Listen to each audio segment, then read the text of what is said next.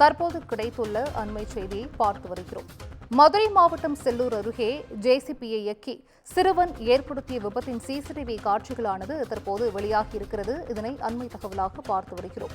மதுரையில் நள்ளிரவில் சாலையோரங்களில் நிறுத்தப்பட்டிருந்த வாகனங்களை ஜேசிபி மூலம் ஏற்றி சிறுவன் நொறுக்கியிருக்கும் சிசிடிவி காட்சிகளானது தற்போது வெளியாகியிருக்கிறது.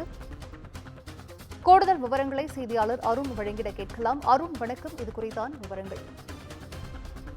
செஞ்சிஜா மதுரை செல்லூர் பகுதியில் நேற்று நள்ளிரவில் ஜேசிபி வாகனத்தை எடுத்துச் சென்று வீடுகளுக்கு முன்பாகவும் அதே போல சாலையோரம் நின்றிருக்கக்கூடிய ஆட்டோ, கார், பைக் என 25க்கும் மேற்பட்ட வாகனங்களை உடைத்து நொறுக்கிய சிறுவனுடைய கபலீகரமான அந்த சிசிடிவி காட்சியானது தற்போது வெளியாகி இருக்கிறது. மேலும் சிறுவனை பிடித்து காவல்துறையிடம் அந்த பகுதி பொதுமக்கள் ஒப்படைத்திருக்கிறார்கள். இந்த சம்பவம் குறித்து தற்போது செல்லூர் காவல் நிலைய போலீசார் இந்த சிறுவன் போதையில் நடந்து கொண்ட சம்பவமா அல்லது வேற ஏதும் காரணமா அல்லது வாகனத்தை இயக்கும் போது எதிர்பாராத விதமாக நடந்த சம்பவம் என்பது குறித்து தற்போது தொடர் விசாரணையில் ஈடுபட்டிருக்கிறார்கள். செல்லூர் பகுதியைச் சேர்ந்த 17 வயது சிறுவன் நேற்று நள்ளிரவு ஜேசிபி வாகனத்தை எடுத்துச் சென்று செல்லூர் 50 அடி சாலையில் இருக்கக்கூடிய கண்மாக்கரை வரை 1/2 கிலோமீட்டர் தூரத்திற்கு ஜேசிபி வாகனத்தை இயக்கியிருக்கிறார்.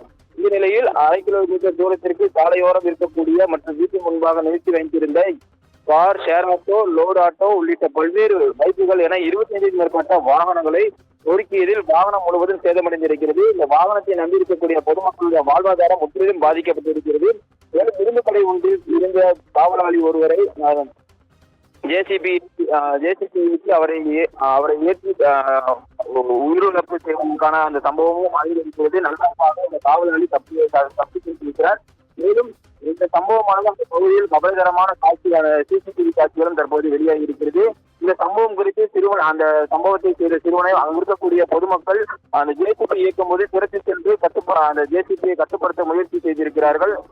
சிறுவன் தொடர்ச்சியாக ஜேசிபி இயக்கிய நிலையில் அங்கிருக்கக்கூடிய பொதுமக்கள் சிறுவனை பிடித்து 100க்கு அவசர உதவி காவல் கட்டுப்பாட்டு அறைக்கு தகவல் தெரிவித்த உடனே சம்பவத்திற்கு வந்த காவல்துறையினர் சிறுவனை காவல் நிலையம் அழைத்து சென்று விசாரணை மேற்கொண்டிருக்கிறார்கள். இந்த சம்பவமானது போதையில் நடந்ததா அல்லது சிறுவன் வாகனத்தை இயக்கும் போது தவறுதலாக நடந்ததா என்பது குறித்து தற்போது விசாரணை நடத்தி வருகிறார்கள். நன்றி அருண், விவரங்களை வழங்கியமைக்கு நன்றி.